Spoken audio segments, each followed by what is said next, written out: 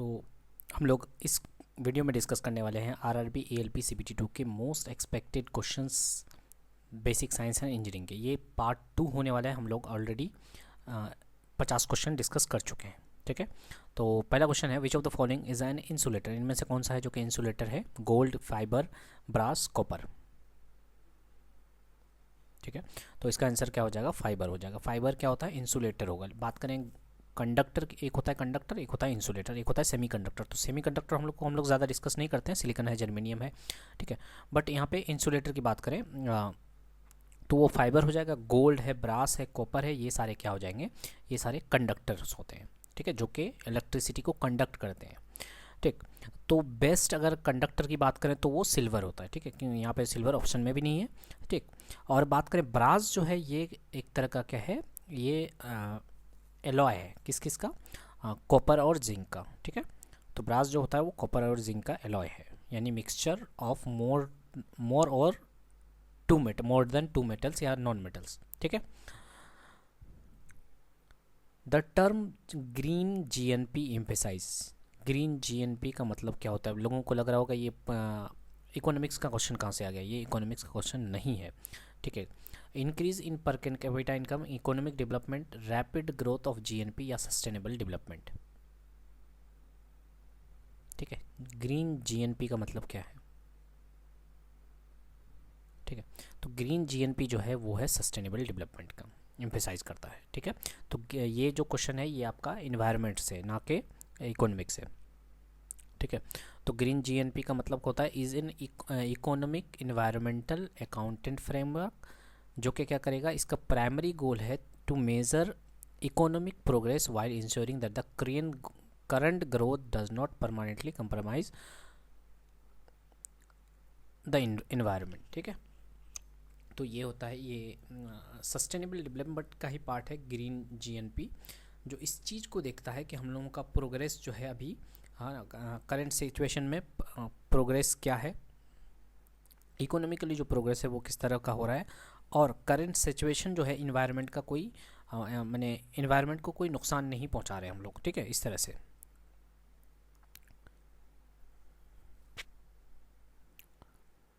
Four dot dot in A 1 kilowatt electric circuit 1 kilowatt hour of electrical energy is consumed.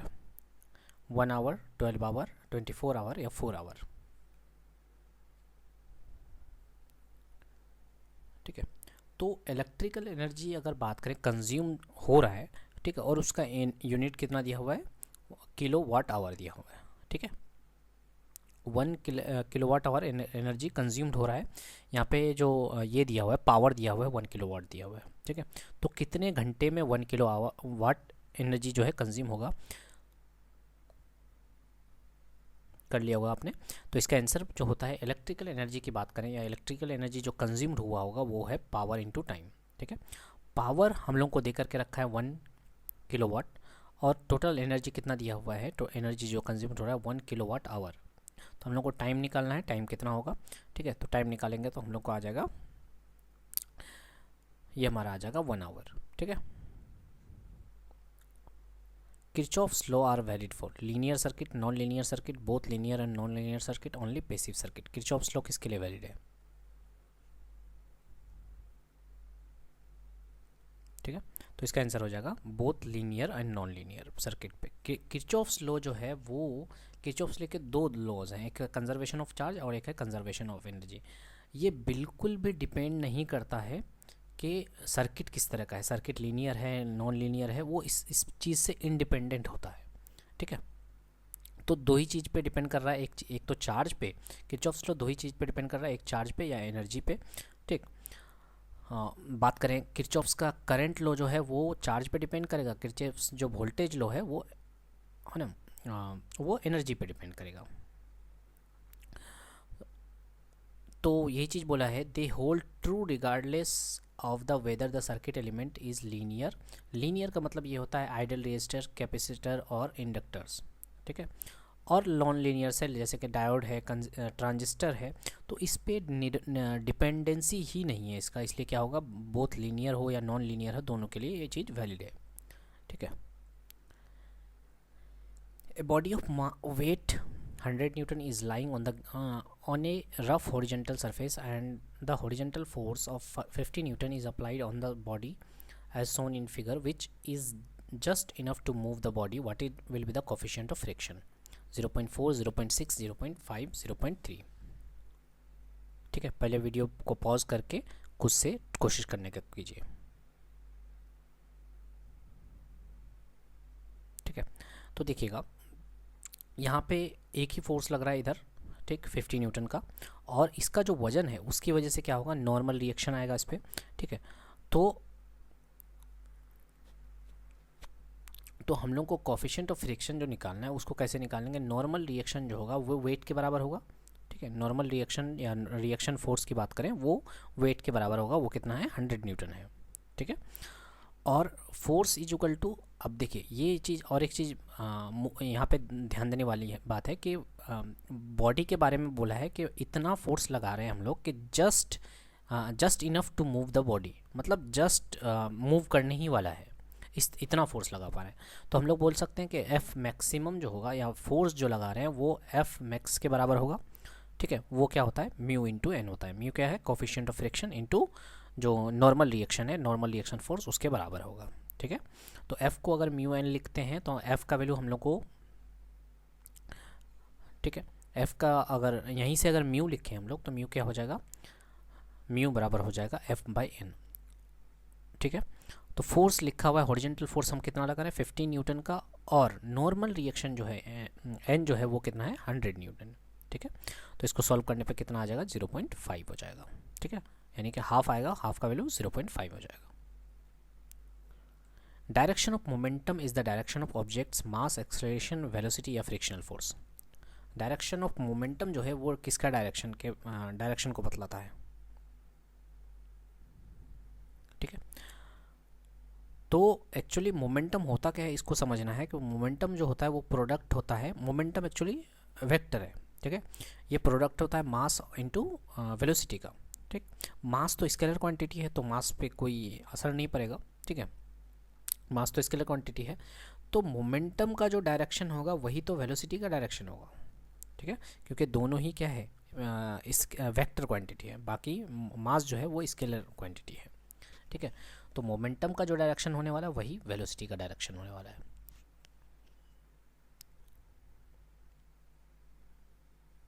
Which of the following is not a service provider by internet? Social networking, video conferencing, wireless Fidelity या chatting. Internet के द्वारा कौन सा service provide नहीं किया जाता है? Social networking होता है इंटरनेट के द्वारा, वीडियो कॉन्फ्रेंसिंग होती है, चैटिंग होती है, वायरलेस फिडेलिटी का मतलब होता है वाईफाई। ठीक है, वाईफाई जो है ये इंटरनेट के द्वारा नहीं प्रोवाइड किया जाता है। ठीक है, तो ये क्या होता है? वायरलेस वाईफाई जो होता है एक तरह का वायरलेस लोकल एरिया नेटवर्क, यानी WLAN जिसको बोलते हैं हम लोग, ताकि उसको जो लोकली जो है, लोकल तरह का इंटरनेट जो है ना, लोकली इंटरनेट को कनेक्ट करने के लिए, इलेक्ट्रॉनिक डिवाइसेस को कनेक्ट करने के लिए यूज़ करते हैं हम लोग। ठीक है, तो एक तरह का मीडियम है कनेक्शन करने के लिए टू एक्सेस द इंटरनेट। ठीक है, बाकी जो भी है सोशल नेटवर्किंग है, वीडियो कॉन्फ्रेंसिंग है, चैटिंग है, ये सारे इंटरनेट के द्वारा सर्विस प्रोवाइड किया जाता है, यानी इंटरनेट के थ्रू हम लोग ये सारे सर्विसेज को ले सकते हैं। In which type of lever the force in between weight and fulcrum? Type 1 and 2, type 1, type 3 या टाइप 2? ठीक है, तो बोला गया कि फोर्स जो है वो बिटवीन है वेट और फुलक्रम के, तो यहाँ पे फोर्स जो लगा रहे हैं वो उसी को एफर्ट बोलते हैं। ठीक है, तो एफर्ट अगर बीच में है तो ये कौन सा क्लास का लीवर होगा? ये हो जाएगा 3rd क्लास का लीवर। ठीक है, तो 3rd क्लास का लीवर की बात करें, जिसको हम लोग फोर्स बोल रहे हैं या एफर्ट बोल रहे हैं, वो बीच में होता है। एग्जाम्पल की बात करें, ट्वीज़र्स है, ब्रूम है माने झाड़ू है, ह्यूमन का जो 4 आर्म है वो एग्जाम्पल है। ठीक है, उसके बाद आपका फर्स्ट क्लास लीवर की बात करें तो फुलक्रम जो होता है मिडिल में होता है, बाकी एफर्ट और फोर्स दोनों साइड में होता है। ठीक है, एफर्ट और वेट। इसका एग्जांपल क्या है? सीसो कैंची है, सीसो है, ठीक है। उसके बाद टाइप 2 की बात करें, सेकंड क्लास लीवर की बात करें तो वेट बीच में होता है, यानी लोड बीच में होता है, ठीक है। व्हील बैरो इसका एग्जाम्पल है। नट क्रैकर है, मैंने सुपारी जो काटने वाला होता है, वो किसका, सेकंड क्लास का एग्जाम्पल है, ठीक है। What is the power consumed by a lamp drawing 0.5 ampere current from a 100 volt supply? 50 watt, 25 watt, 100 watt या 5 watt?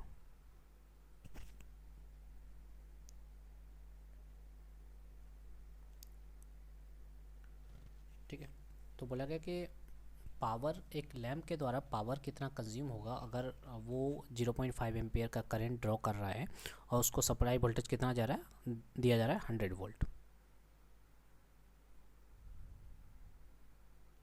ठीक है। तो इसका आंसर होगा क्या, कैसे निकालेंगे हम लोग, power is equal to, power जो होता है वो पोटेंशियल डिफरेंस इनटू करंट का प्रोडक्ट होता है, ठीक है। तो पोटेंशियल डिफरेंस यानी कि वोल्टेज का सप्लाई दिया हुआ है हम लोग के पास और करंट भी दिया हुआ है, तो यहाँ से निकल जाएगा हमारा, ठीक है। इन ये perfect in elastic collision kinetic energy totally disappears, is increase, is decrease या इज अनचेंज, क्या होगा। परफेक्टली इन इलास्टिक कोलिजन में क्या होगा, ठीक है। तो परफेक्टली इन इलास्टिक कोलिजन में क्या होता है, काइनेटिक एनर्जी कम होता है। In elastic collision, perfectly in elastic collision मतलब क्या होता है, समझिए पहले इसको, ठीक है। दो मास था, ठीक है, एक रेस्ट पे था, दूसरा मोशन पे था। जब इन दोनों का कोलिजन होता है तो दोनों एक बन जाता है, ठीक है, और कुछ वेलोसिटी से चलने लगता है। इस तरह का जो कोलिजन होता है इसको परफेक्टली इन इलास्टिक कोलिजन बोलते हैं, ठीक है। तो इसी चीज़ को यहाँ पे एक्सप्लेन किया गया है। तो इसमें ना कुछ काइनेटिक एनर्जी का लॉस हो जाता है, ठीक है, क्योंकि ये दोनों कंबाइन होकर के, ठीक है, कंबाइन हुए हैं। तो कंबाइन होने के बाद भी तो इसको मोमेंटम को कंजर्व रखना है। मोमेंटम को कंजर्व रखने के लिए जो है हम लोग को काइनेटिक एनर्जी का यहाँ पे लॉस होते हुए दिखेगा, ठीक है। काइनेटिक एनर्जी का लॉस इन द सेंस कोई और फॉर्मेट में काइनेटिक एनर्जी कन्वर्ट हो जाएगा, जैसे कि हीट में कन्वर्ट हो गया, साउंड में कन्वर्ट हो गया, या उस मटेरियल का डिफॉर्म हो जाएगा, ठीक है। तो इस तरह से काइनेटिक एनर्जी क्या हो जाता है, डिक्रीज कर जाता है या एक फॉर्म से दूसरे फॉर्म में चेंज हो जाता है। An object with specific mass will weight 0 on the earth, less on the earth than moon, more on the earth than moon, equal to the earth and the moon, क्या होगा।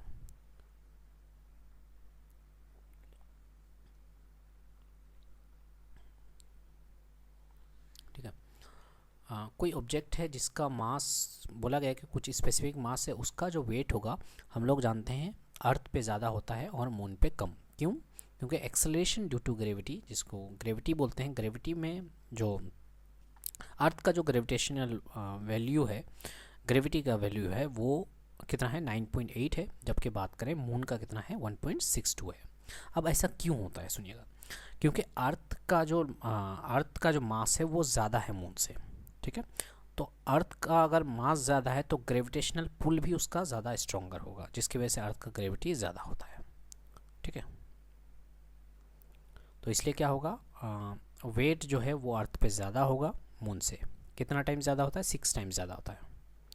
By applying the brakes the velocity of car decrease from 80 kilometre per hour to 36 kilometre per hour in half minute, calculate the retardation calculate करना है।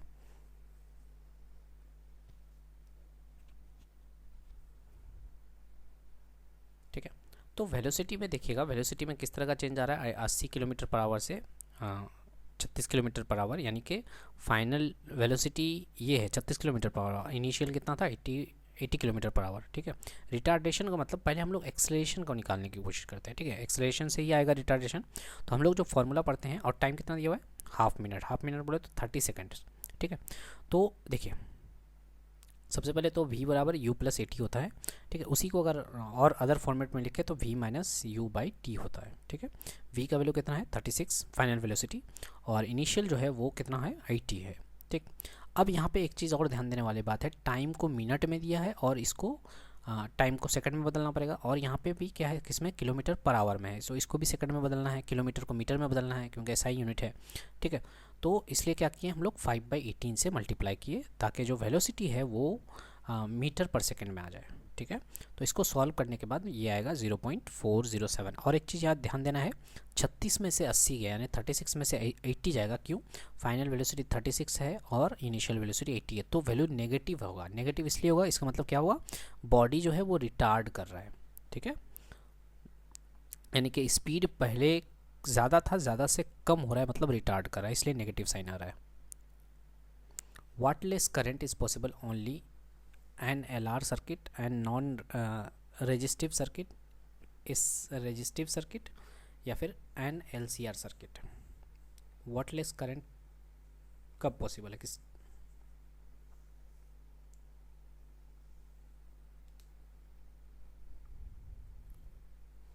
ठीक है, तो इसका answer हो जाएगा ए नॉन रेजिस्टिव सर्किट, ठीक है। तो हम लोग जानते हैं पावर जो कंज्यूम होता है AC सर्किट में वो होता है VRMS into IRMS into cos phi, ठीक है। और ये वाटलेस करंट का मतलब क्या होता है, आइडियल करंट, ठीक है। अब आइडियल करंट का मतलब ये है कि अल्टरनेटिंग माने AC जो होगा वो ज़ीरो एवरेज पावर को कंज्यूम करेगा वो, ठीक है, ओवर ए कंप्लीट साइकिल, मैंने पावर जो कंज्यूम करेगा वो ज़ीरो करेगा, ठीक है। अब P एवरेज को अगर ज़ीरो करना है तो हम लोग को क्या करना पड़ेगा,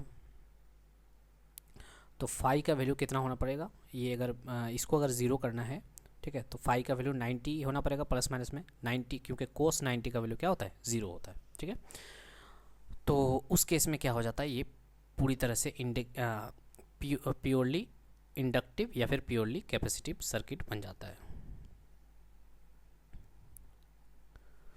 Object that are symmetric can be shown effectively using this type of section, quarter section, half section, full section या फिर symmetric section।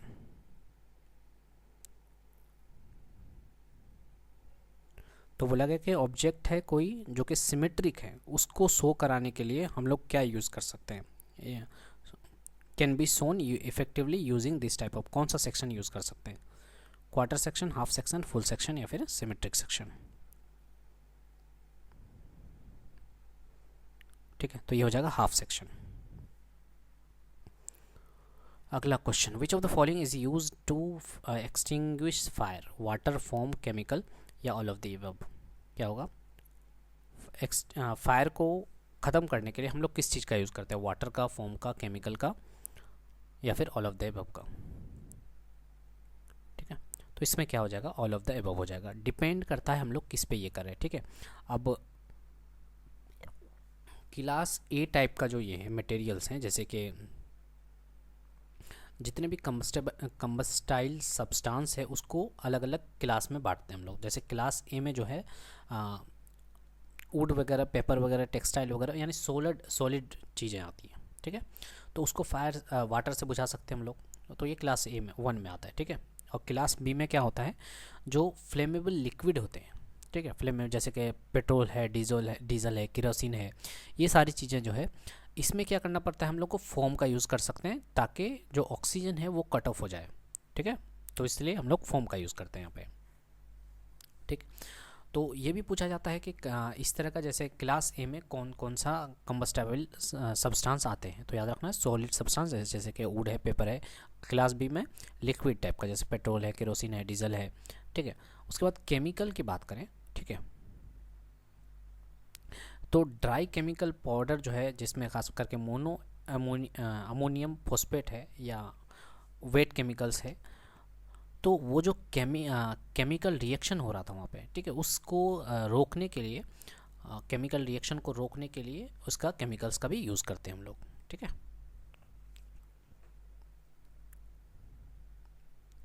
According to Joule's law, Joule's law के अकॉर्डिंग कौन सा स्टेटमेंट सही है, ठीक है। तो जूल्स का जो थर्मोडायनेमिक लॉ है उसमें से इनमें से कौन सा सही है,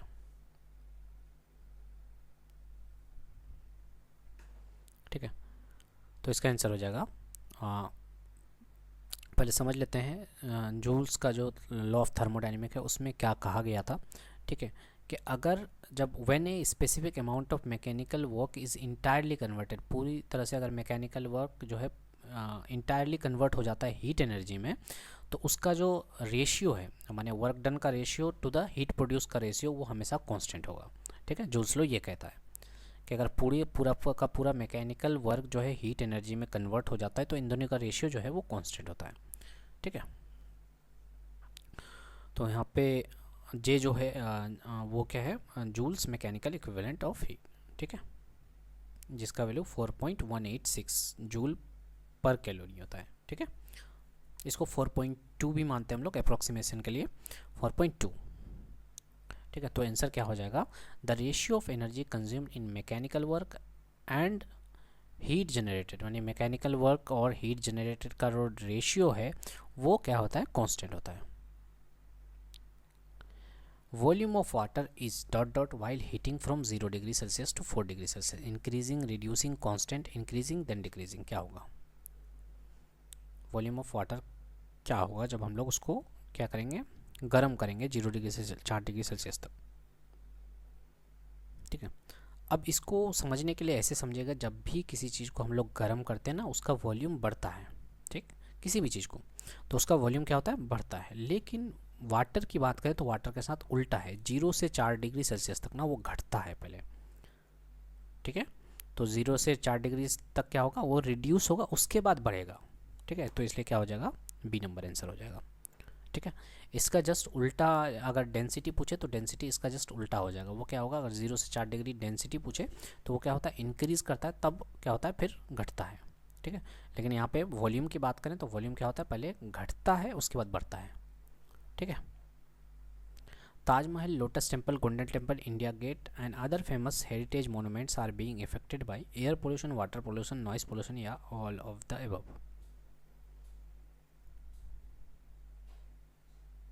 ठीक, कर लिया होगा आपने, तो इसका आंसर हो जाएगा एयर पोल्यूशन। ठीक है, गैसियस पोल्यूटेंट्स जो है जो कि सल्फर डाइऑक्साइड है, नाइट्रोजन डाइऑक्साइड है।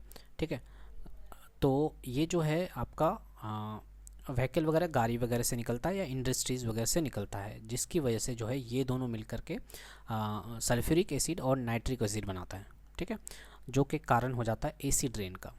ठीक है, तो ये दोनों मिलकर के एसिड रेन करवाता है, जिसकी वजह से जो है जितने भी मार्बल्स या सेड स्टोन से बने मोनूमेंट्स हैं, जैसे कि ताजमहल है, लोटस है, तो इसमें ना क्या होता है, उसका कलर येलो होने लग जाता है।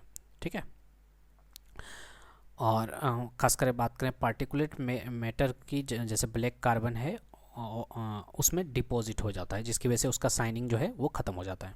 ठीक है, अगला question, which one of the following can not be unit of pressure, इनमें से कौन सा यूनिट जो है प्रेशर का नहीं हो सकता, न्यूटन पर मीटर स्क्वायर, के जी मीटर पर सेकंड का स्क्वायर, के जी मीटर पर सेकंड का स्क्वायर या पास्कल।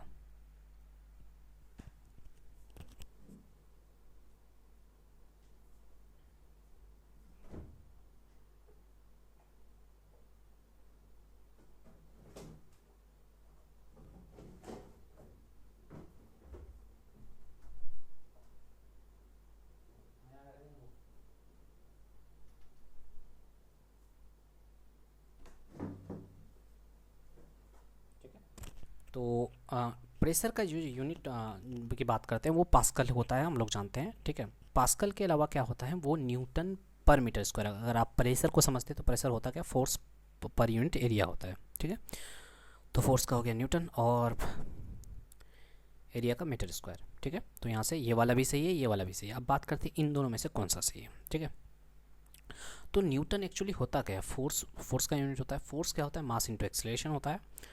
तो वहाँ से हम लोग निकाल सकते हैं, जो मास का वैल्यू तो केजी में लेते हैं और एक्सेलरेशन जो होता है मीटर पर सेकंड का स्क्वायर होता है।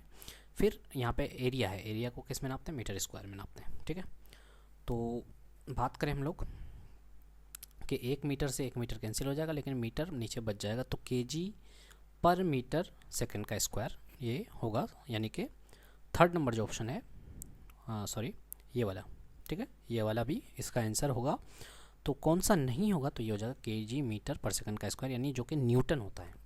ठीक है, तो इसमें से प्रेशर कौन सा यूनिट, प्रेशर का कौन सा यूनिट नहीं है, तो ये हो जाएगा B number. In context of computers FAT stand for folder access table, file access table, file allocation table या folder allocation table.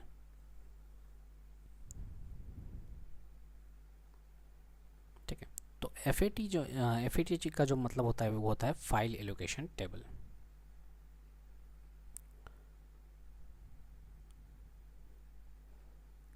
The distance of load from fulcrum is called lever length, load arm, effort arm या फिर none of the above. Load से fulcrum का जो दूरी होता है उसको क्या बोलते हैं, तो उसको बोलते हैं लोड आर्म। ठीक है, लोड से फल्क्रम का दूरी को लोड आर्म बोलते हैं। यहाँ से देखिए लोड यहाँ पे और फल्क्रम यहाँ पे, लोड और फल्क्रम के बीच का जो दूरी होता है उसको लोड आर्म भी बोलते हैं, ही बोलते हैं। और इफर्ट से और अगर फल्क्रम के बीच में होगा तो उसको इफर्ट आर्म बोलते हैं। ठीक है, तो ऐसे भी याद रखना है कि ये जो वैल्यू होता है effort into effort arm is equal to load into load arm के बराबर होगा। ठीक है, electron volt is the unit of, electron volt किसका यूनिट है, electric potential, electric power, electric energy या इलेक्ट्रिक फोर्स।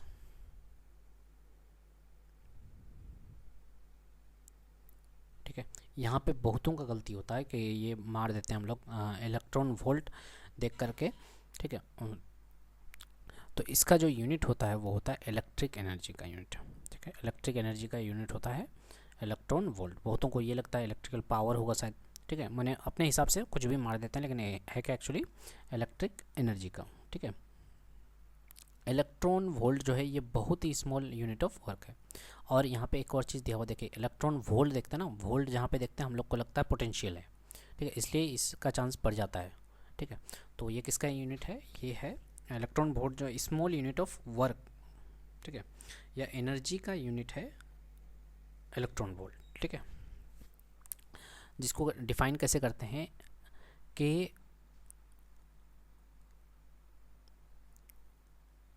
और एक चीज़ इसको डिफाइन करने से पहले कि ये जो वर्क या एनर्जी है वो एटॉमिक या न्यूक्लियर फिजिक्स में यूज़ होता है। ठीक है, क्यों ऐसा देखिएगा, सुनिएगा।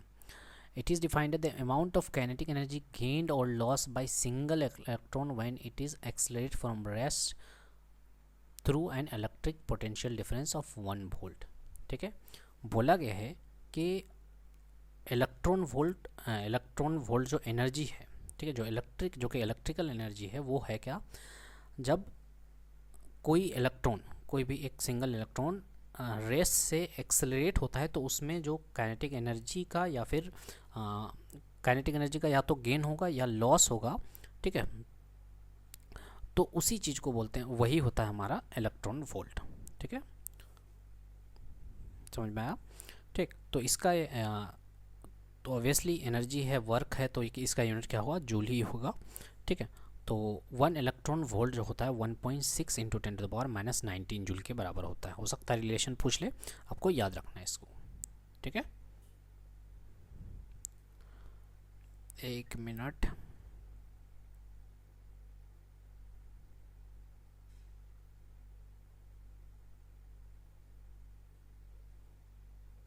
ठीक है, अगला question, identify the convention type of engineering trace in given engineering drawing. Concrete है, वुड है, मेटल है, ग्लास है। ये एक इंजीनियरिंग ड्राइंग का कन्वेंशन दिया गया है। ठीक है, ये किस चीज़ का कन्वेंशन है, कंक्रीट का, वुड का, मेटल का या ग्लास का।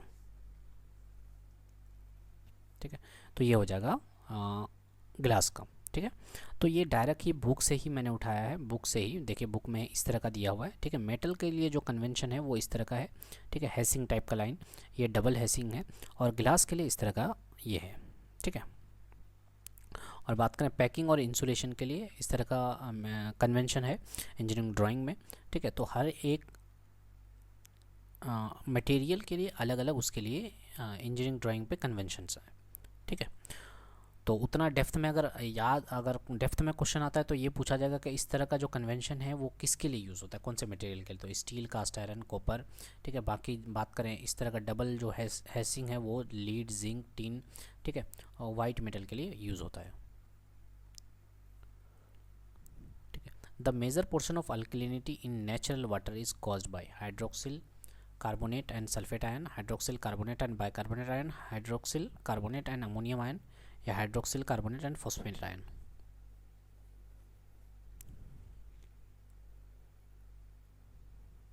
ठीक है, तो इसका आंसर जो होगा वो होगा आपका हाइड्रोक्सिल कार्बोनेट और बाइकार्बोनेट आयन। नेचुरल वाटर में जो अल्कलिनिटी होता है यानी बेसिसिटी होता है वो किसके कौन से आयंस की वजह से, वो मेनली 3 ही आयंस होते हैं। कौन कौन से? जो कि है हाइड्रोक्सिल है, कार्बोनेट है और बाइकार्बोनेट आयंस है। The distance of effort from fulcrum is called. ठीक है, ये वाला क्वेश्चन अभी की, एफर्ट से फलक्रम का जो डिस्टेंस होता है उसको एफर्ट आर्म बोलते हैं। ठीक है,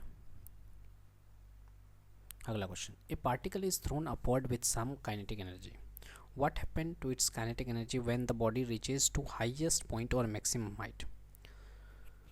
its whole kinetic energy is absorbed by the air, its kinetic energy remains constant, its kinetic energy is lost, its kinetic energy gets converted into potential energy।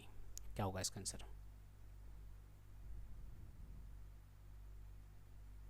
ठीक है, जब भी किसी बॉडी को हम लोग अपवर्ड फेंकते हैं या किसी पार्टिकल को अपवर्ड की तरफ फेंकते हैं तो उसका काइनेटिक एनर्जी जो है वो कन्वर्ट हो जाता है पूरी तरह से जब वो हाईएस्ट पॉइंट पे आता है पोटेंशियल एनर्जी में। ठीक है, तो क्योंकि हाइट है तो हाइट जब भी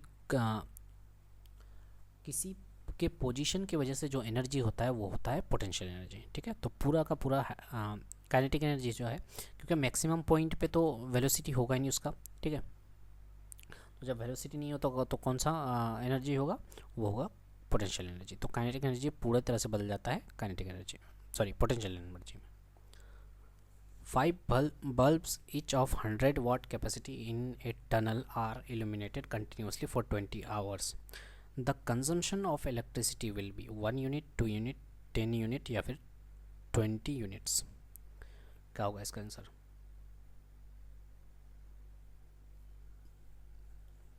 देखिए 5 बल्ब है 100 वाट का, जल रहा है 20 घंटे से। तो इलेक्ट्रिसिटी जो कंजम्पशन होता है हम लोग सुने होंगे कि बिजली का जो बिल आता है ना यूनिट में आता है, बोलता है 1 यूनिट जला है मैंने 200 यूनिट फ्री, इस तरह का सुने होंगे आप लोग। ठीक है, तो एक्चुअली बोला गया कि अगर इस तरह से 5 बल्ब है 100 वाट का और वो 20 घंटे तक चल रहा है, ठीक है, तो कितना यूनिट बिल उठेगा। ठीक है, तो यूनिट को ये करने के लिए हम लोग को क्या कैसे करते हैं सुनिएगा पहले। देखिए टोटल पावर जो होगा वो कितना हो जाएगा, 5 बल्ब है 100 वाट का तो टोटल 500 वाट हो गया। ठीक, अब की एनर्जी जो होता है वो क्या होता है, एनर्जी होता है पावर इनटू टाइम। ठीक, तो ये जो एनर्जी खपत करेगा वो होता है, वो हो जाएगा, पावर था 500 वाट और टाइम था 20 आवर्स, तो ये हो जाएगा 10,000 वाट आवर। ठीक है, एनर्जी खपत कर रहे हैं। ठीक, अब अगर यूनिट में निकालेंगे तो कैसे होता है कि वो एक कमर्शियल यूनिट जो होता है इलेक्ट्रिसिटी का जो यूनिट होता है वो होता है 1 किलो वाट आवर के बराबर। ठीक, यानी कि 10,000 वाट आवर्स के बराबर, सॉरी 1,000 वाट आवर के बराबर। ठीक है, तो मेरे पास जो एनर्जी कंज्यूम हुआ था वो कितना हुआ था 10,000 वाट आवर, और हमको अगर यूनिट निकालना है तो किससे 1,000 से डिवाइड करना पड़ेगा, तो ये 10 यूनिट आ जाएगा। ठीक है, तो इसको याद रखना है आपको, जब भी इलेक्ट्रिसिटी कंजम्पशन या एनर्जी कंजम्पशन यूनिट में आए तो हम लोग को अगर वाट आवर में निकाला हुआ है तो उसको 1000 से डिवाइड करना पड़ता है। A body start from rest with an acceleration of 5 centimeter per second. Calculate the distance travel in 5 second। क्या हुआ इसका आंसर?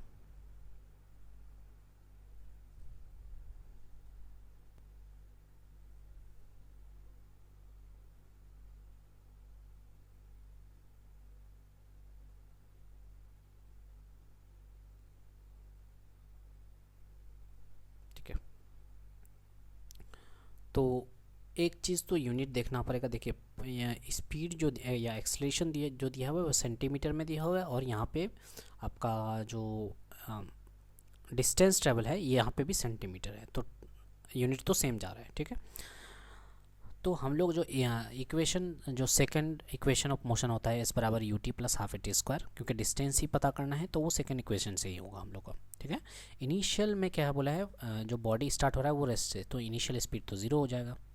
ठीक, बात करें टाइम कितना दिया हुआ है, 5 सेकंड, ठीक है, 5 सेकंड दिया हुआ है।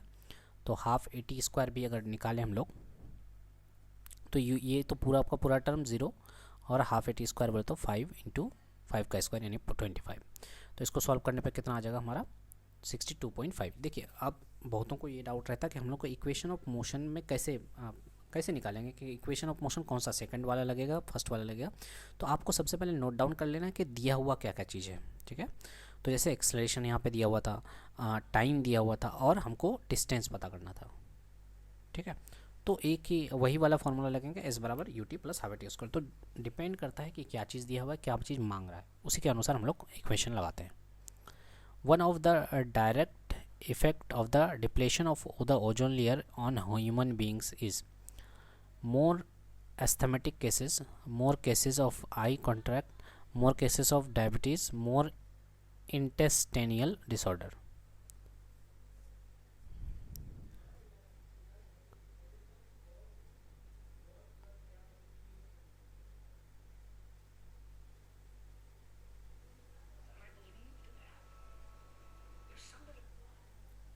ठीक है, तो ओजोन का जो डिप्लेशन हो रहा है या अल्ट्रावायलेट रेडिएशन की वजह से जो डिप्लेशन हो रहा है,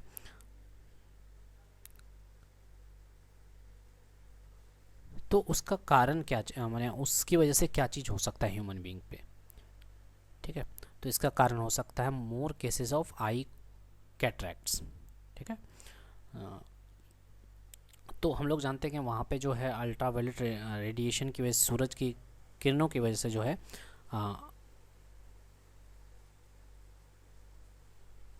सूरज की किरणें जो हैं वहाँ जो अल्ट्रावायलेट रेज छोड़ती हैं, वो अगर ओजोन लेयर ख़त्म हो गया तो अर्थ तक पहुँचेगा, ठीक है। तो अल्ट्रावायलेट रेडिएशन की वजह से जो हम लोग का क्या चीज़, आई में डैमेज हो सकता है, स्किन डिसऑर्डर हो सकता है, स्किन कैंसर हो सकता है, ठीक है। खास करके आँख भी डैमेज हो सकता है, आई लेंसेज ख़राब हो सकते हैं, ठीक है। और ये मोतियाबिंद वगैरह इस तरह का बीमारी होगा। इम्यून सिस्टम भी वो सप्रेस कर जाएगा। The rate of doing work is called energy, power, velocity, acceleration.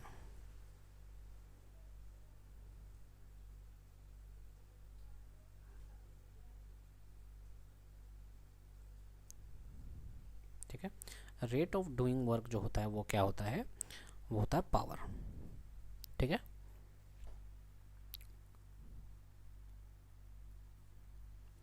और यहाँ पे गलती नहीं करना है, वर्क और एनर्जी सेम ही चीज़ है ना।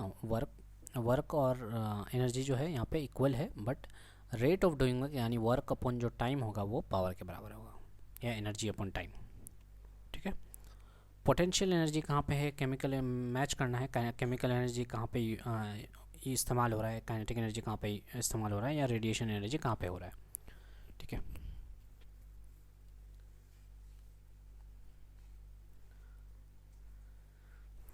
तो रेडिएशन एनर्जी जो मिलता है वो हम लोग को सोलर थर्मल से मिलेगा, ठीक। विंड टरबाइन की बात करें तो विंड टरबाइन जो है घूमता है, स्पीड है तो उसके पास क्या होगा, काइनेटिक एनर्जी होगा। पोटेंशियल एनर्जी की बात करें तो हाइड्रो पावर प्लांट्स जो वर्क करते हैं वो वाटर को डैम में स्टोर करते हैं और कुछ हाइट तक स्टोर करते हैं, ठीक है। तो वो क्या होगा, कुछ हाइट तक अगर इस पानी स्टोर होगा वो बाद में फिर मैंने पहले पोटेंशियल एनर्जी होगा, कुछ हाइट पे तक होगा, तो उसको फिर जब फ्लो करवाएंगे तो वो काइनेटिक एनर्जी में बदल जाएगा, जिसकी वजह से वहाँ से इलेक्ट्रिक जनरेट कर सकते हैं हम लोग, ठीक है। तो ये इसका हो जाएगा पोटेंशियल एनर्जी। उसके बाद डीजल, सॉरी आ गया है ना, डीजल जनरेटर जो है ये एक तरह का वहाँ पे केमिकल एनर्जी जो है या केमिकल्स को कन्वर्ट करके, जो पेट्रोल वगैरह है, डीजल है, केमिकल रिएक्शंस होगा तब जाके वहाँ पे हम लोग का मैकेनिकल एनर्जी प्रोड्यूस होगा, ठीक है। तो ये थी कहानी, है ना। तो इसका आंसर हो जाएगा, ठीक है, डी नंबर हो जाएगा। What kind of energy is associated with falling coconut, speeding car, rolling stones and flying aircrafts?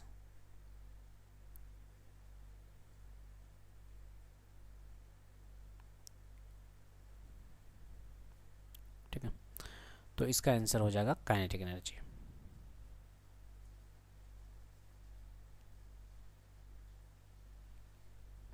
ठीक है। क्योंकि हर एक के पास जितना भी, जैसे कोकोनट का गिरना, स्पीडिंग कार का स्टोन को रोल करना, इस सब के पास कुछ ना कुछ वेलोसिटी है, ठीक है। तो वेलोसिटी होगा तो इसका मतलब क्या होगा, काइनेटिक एनर्जी है। The term plan in orthographic projection refers to top view, front view, side view या फिर सेक्शन व्यू।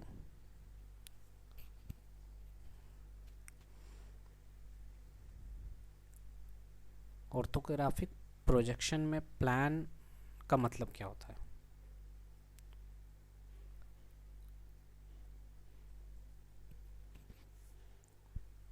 तो इसका मतलब हो जाता है टॉप व्यू, ठीक है। What is the class of fire by flammable liquids and liquified solid? Class A, class B, class C, class D. अभी हम लोगों ने डिस्कस किया कि फ्लेमेबल जितने भी लिक्विड सॉलिड्स वगैरह हैं उसको क्लास में बांटते हैं, ठीक है।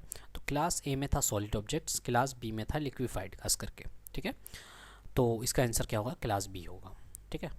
हम लोगों ने जैसे पढ़ा पेट्रोल, डीजल है और केरोसिन है, ठीक है।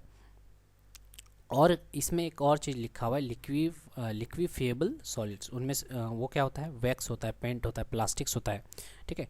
ये सारे को क्लास बी में ही हम लोग डालते हैं, ठीक है। क्लास सी में कौन सा होता है, गैसेज होते हैं, जैसे कि प्रोपेन है, ब्यूटेन है, यानी कि सीएनजी वगैरह है, ठीक है। जो हम लोग गैसेज वगैरह यूज़ करते हैं वो क्लास सी में डालते हैं, ठीक है। और क्लास डी में कौन सा आता है, फायर फ्यूल्ड बाय कम्बस्टिंग मेटल। जैसे सोडियम है, काफ़ी ज़्यादा रिएक्टिव होता है, जिसकी वजह से फायर वगैरह ये हो सकता है, ठीक है। फायर वगैरह जनरेट हो सकता है, क्योंकि सोडियम जो है वो क्या बोलते हैं, काफ़ी वायलेंटली जो है वो रिएक्शन करता है ना।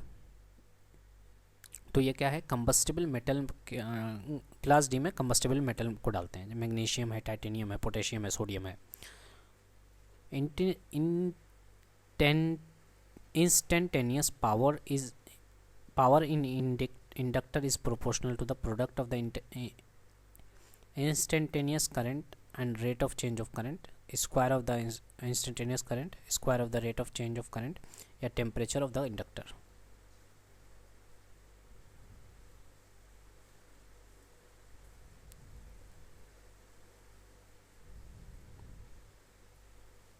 ठीक है। तो इंस्टेंटेनियस पावर की बात करें, ठीक है, वो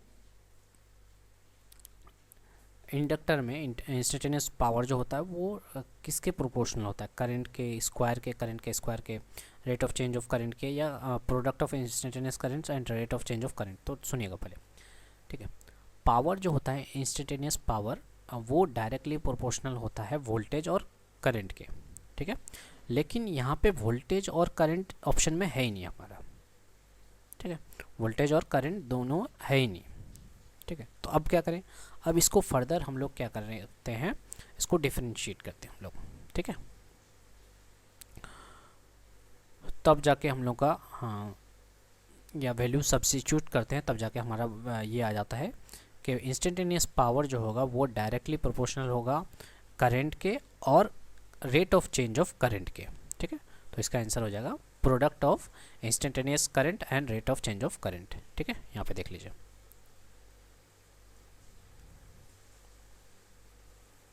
ठीक है। The SI unit of calorific value of fuel is expressed as PSI, micron, mmHg या kilojoule per kg।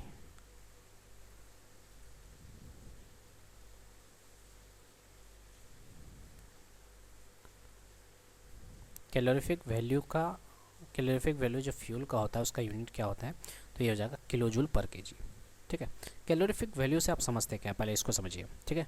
Calorific value मतलब होता है कि अगर 1 kg मास कोई भी जला रहे हैं हम, ठीक है, मान लेते हैं लकड़ी जला रहे हैं 1 kg, तो उसमें हम लोग का हीट कितना प्रोड्यूस हुआ, वही होता है हमारा कैलोरीफिक वैल्यू, ठीक है।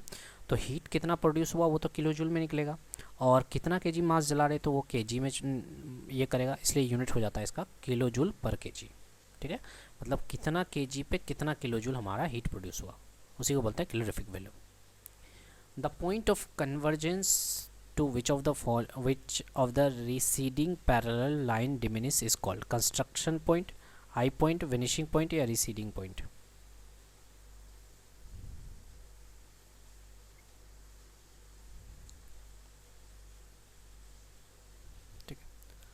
तो बोला गया है कि पॉइंट ऑफ कन्वर्जेंस मतलब to which the receding parallel lines diminish equal, यानी कि कहना चाह रहा है दो पैरेलल लाइन है लेकिन वो हमको दिखाई ऐसा पड़ रहा है कि वो कन्वर्ज हो रहा है एक जगह, एक पॉइंट पे जाके कन्वर्ज हो रहा है, एक जगह जाके मिल रहा है।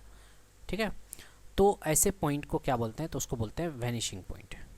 ठीक है, तो यहाँ पे देखिए जैसे दो पैरेलल ट्रैक है, ठीक है, लेकिन हमको ऐसा दिखाई पड़ेगा कि वो जो है ना आगे जाके यहाँ पे जो है यहाँ पे मिल रहा है।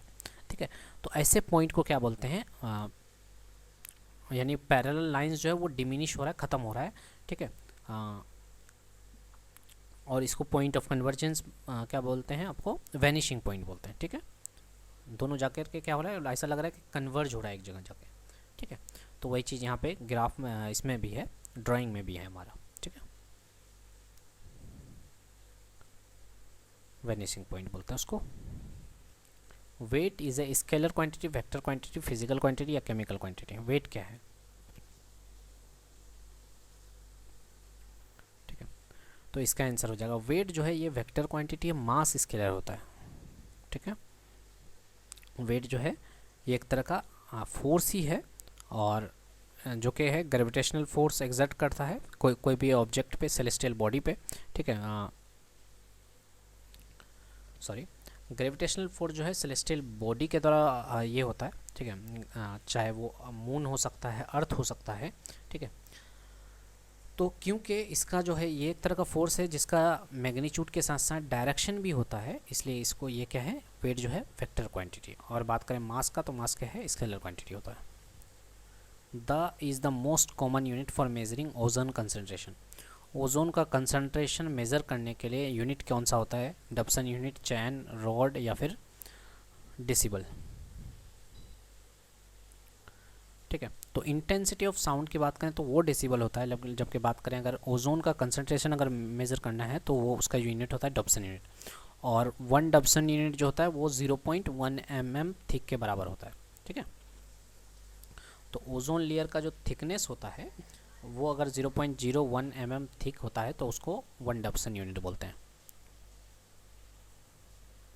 Which of the following is a passive element, इनमें से कौन सा पैसिव एलिमेंट है, capacitive, ideal current source, ideal voltage source या ऑल ऑफ द अबव।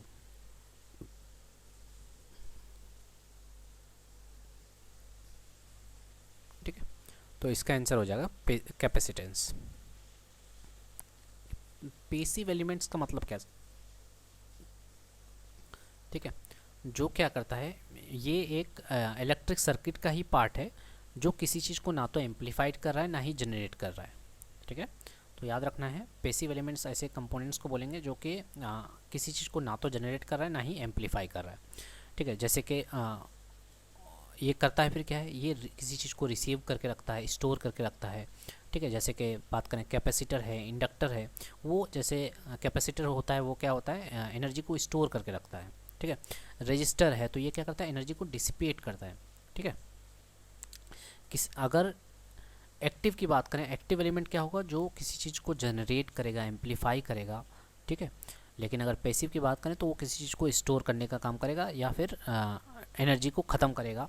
ठीक है, इसी तरह से कैपेसिटेंस की बात करें तो ये इलेक्ट्रिकल एनर्जी को स्टोर करता है। ठीक है, आइडियल करंट सोर्स की बात करें या फिर आइडियल वोल्टेज सोर्स की बात करें, ये एक्टिव एलिमेंट्स है। क्यों, क्योंकि ये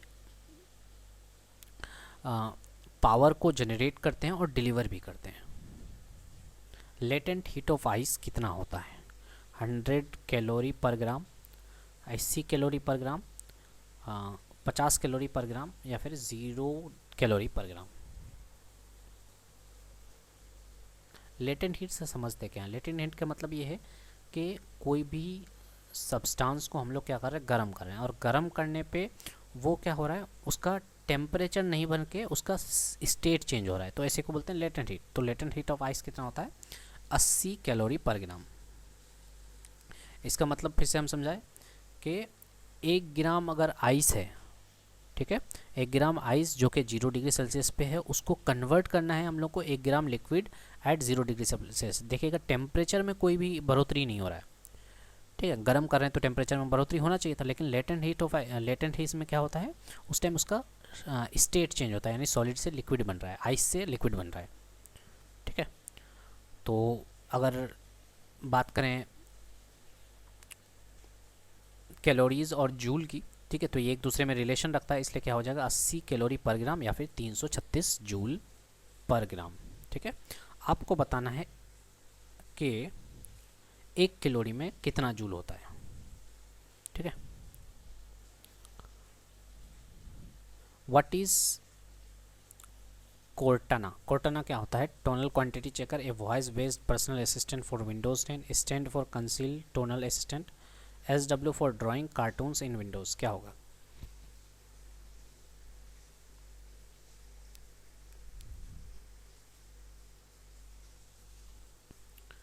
तो कोर्टाना का मतलब क्या होता है कि एक वॉइस असिस्टेंस है फॉर विंडोज 10 में। ठीक है,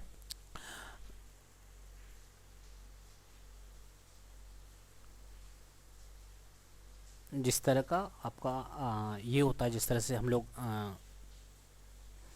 पहले श्री को यूज़ किया करते थे। ठीक है, तो एक तरह का सिरी को बोल करके कुछ भी करवा देते थे, किसी को कॉल करवा देते थे, कोई कुछ और करवा देते थे। ठीक है, तो उसी तरह का ये भी है, कार्टोना है, एक तरह का वर्चुअल असिस्टेंट है, design to help users multiple task, manage calendar, set reminders and answer questions using voice और टाइप कमांड। ठीक है,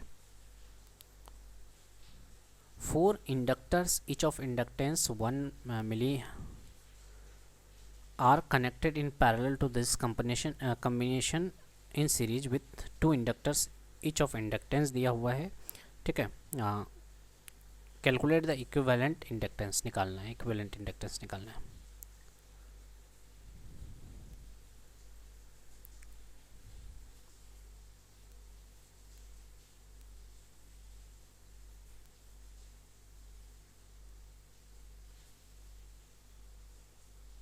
ठीक है, अब सुनिएगा, देखिए जिस तरह से हम लोग रेजिस्टेंस का निकालते हैं वैसे ही इंडक्टर्स का होता है। ठीक है, यानी सीरीज में है तो सिंपली जोड़ लेंगे, पैरेलल है तो उसको 1 अपॉन करके जोड़ेंगे। ठीक है, इस तरह से होता है।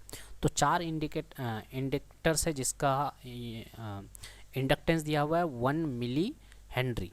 ठीक है, इंडक्टेंस का यूनिट जो होता है वो हेनरी होता है। ठीक, और इसको कनेक्ट कैसे कर रहे हैं? पैरेलल। तो 4 अगर इंडक्टेंस है पैरेलली कंडक्ट करेंगे तो 1/1 करके ऐसे करके 1/R1 सॉरी R इंडक्टेंस की बात करें, ठीक है, R इक्विवेलेंट की बात कर लेते हैं। ठीक है, तो वो होगा 1/R1 प्लस यहाँ पे तो R1 रेजिस्टेंस तो है नहीं, तो क्या है इंडक्टेंस को क्या किस चीज़ से दर्शाते हैं? वो है L से। ठीक है, तो पहले जो 4 इंडक्टेंस है या इंडक्टर्स है उसको पहले हम लोग पैरेलली अरेंज करेंगे। तो पैरेलली वहाँ से अरेंज करने से हम लोग का 1/LP आ जाएगा 4 मिली। ठीक है, हेनरी का इन्वर्स, और इसी को अगर सही से सजाएंगे तो ये क्या हो जाएगा 0.25 मिली हेनरी। ठीक है, अब इसको फिर किसके साथ इसको फिर क्या करना है? सीरीज में दो इंडक्टर के साथ जोड़ना है। ठीक है, 1 मिली हेनरी का यहाँ पे 2 इंडक्टर्स हैं। तो सीरीज में जोड़ने के लिए जैसा मैंने कहा कि रेजिस्टेंस में जैसा होता है यहाँ पे भी सीरीज में ऐसे ही जोड़ते हैं सिंपली। ठीक है, और एक हमारा 0.25 था, इसको तीनों को जोड़ देंगे तो 2.5 आ जाएगा। ठीक है, an iron bridge of 100 m long at 0 degree Celsius, the coefficient of linear expansion is 12 × 10⁻⁻6 per degree, find the change in length when the rise in temperature is 40 degree Celsius. 48 mm, 0.048 mm, 0.48 mm या फिर 48 mm। ठीक है, अब यहाँ पे खेला हो गया। खेला ये देखिए, यहाँ पे जो लेंथ दिया हुआ था वो मीटर में दिया हुआ है। ठीक है, लेकिन यहाँ पे mm में दिया हुआ है, तो इस चीज़ को हम लोग को ध्यान रखना पड़ेगा। ठीक है, तो linear coefficient of linear expansion की बात कर रहा है, उसके बाद चेंज इन लेंथ की बात कर रहे हैं, यानी डेल एल की बात कर रहे हैं। तो ये क्या होता है? डेल एल बराबर क्या होता है? एल नॉट, यानी कि जो लेंथ था वो इंटू अल्फ़ा। अल्फ़ा क्या होता है? Linear expansion coefficient. ठीक, और डेल टी क्या है? Temperature change. ठीक है,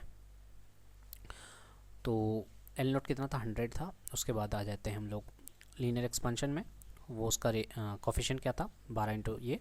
और टेम्परेचर में जो चेंज आ रहा है ये देखिए, rise in temperature 40 degree Celsius, यानी कि 40 डिग्री सेल्सियस का टेम्परेचर में चेंज है। ठीक है, तो इसको सॉल्व करेंगे 0.048 मीटर में आएगा। ठीक है, लेकिन आंसर तो मिलीमीटर में है, तो हम लोग को इसको मिलीमीटर में कन्वर्ट करेंगे तो क्या आ जाएगा हमारा, 48 mm आ जाएगा। Is not a computer language, इनमें से कौन सा कंप्यूटर लैंग्वेज नहीं है, कोबोल है, जावा है, विंडोज़ है, फोर्टेन है। ठीक है, तो इनमें से कौन सा कंप्यूटर लैंग्वेज नहीं है, उसका आंसर हो जाएगा विंडोज़। विंडोज़ तो कंप्यूटर, ये तो विंडोज़ जो है ये ऑपरेटिंग सिस्टम है।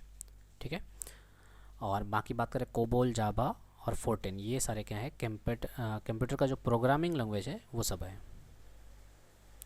As per the guideline on personal protective equipment PPE 5 source, personal protective equipment में जो 5 नंबर में है PPE, वो क्या चीज़ को बतलाता है, ई एंड फेस को प्रोटेक्शन देने के लिए, protective clothing and overall protection के लिए, ईयर प्रोटेक्शन या सेफ्टी बेल्ट हार्नेस प्रोटेक्शन। ठीक है, तो पर्सनल प्रोटेक्टिव इक्विपमेंट में टोटल 7 गाइडलाइंस है, 7 में से हर एक के लिए अलग अलग स्पेशली मैंने एक एक प्रोटेक्शन के बारे में एक एक लिस्ट है। ठीक है, तो सबसे पहले बात करें जैसे कि 1 में क्या है, PPE 1 में हेड प्रोटेक्शन और हेलमेट का बात कर रहा है। PPE 2 में फुटवेयर एंड सेफ्टी की बात, सेफ्टी शूज़ की बात कर रहा है। 3rd में रेस्पिरेटरी प्रोटेक्टिव इक्विपमेंट्स है।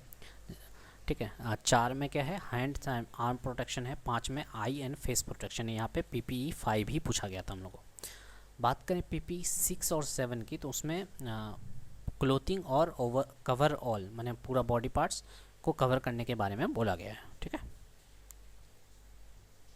तो ये दोनों अलग अलग है, तो यहाँ पे क्योंकि दोनों की बात कर रहा है इसलिए 6 और 7 में है ये चीज़। ठीक है, तो इसको आप चाहें तो स्क्रीनशॉट ले लीजिए, याद कर लीजिए, याद करना पड़ेगा आपको इसको। ठीक है, हो सकता है PPE 2 के बारे में पूछ ले, तो याद रखना है क्या होगा, फुटवेयर एंड सेफ्टी शूज़। पहला क्या होगा, head protection and helmet. Why it is necessary to remove sulphur from petroleum products, petroleum products से सल्फर का रिमूव करना क्यों ज़रूरी है। To reduce the emission of sulphur dioxide in exhaust fume, to increase efficiency of automobile engine, to use sulfur removed from petroleum for commercial purpose, to increase the lifespan of a engine silencer।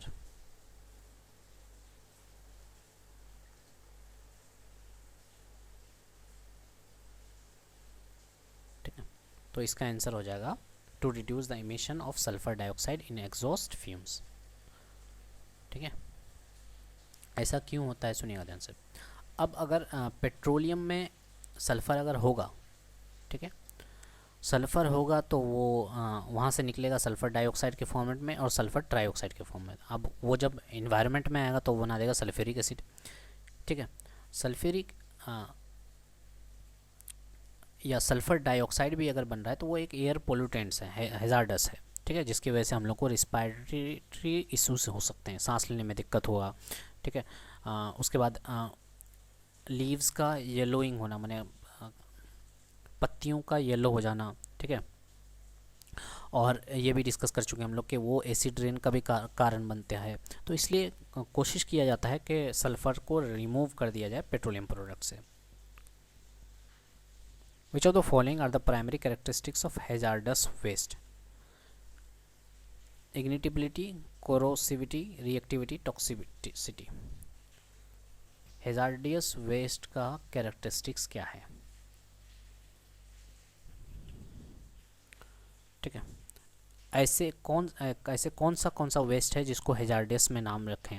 क्या वो इग्निटिबिलिटी होना चाहिए, कोरोसिविटी उसके अंदर होना चाहिए, reactivity होना चाहिए, टॉक्सिसिटी होना चाहिए। तो चारों ही इसका आंसर होगा। ठीक है, ठीक है, तो इसको 4 इसमें बांटा गया है कि हैज़ार्डस कौन सा होगा।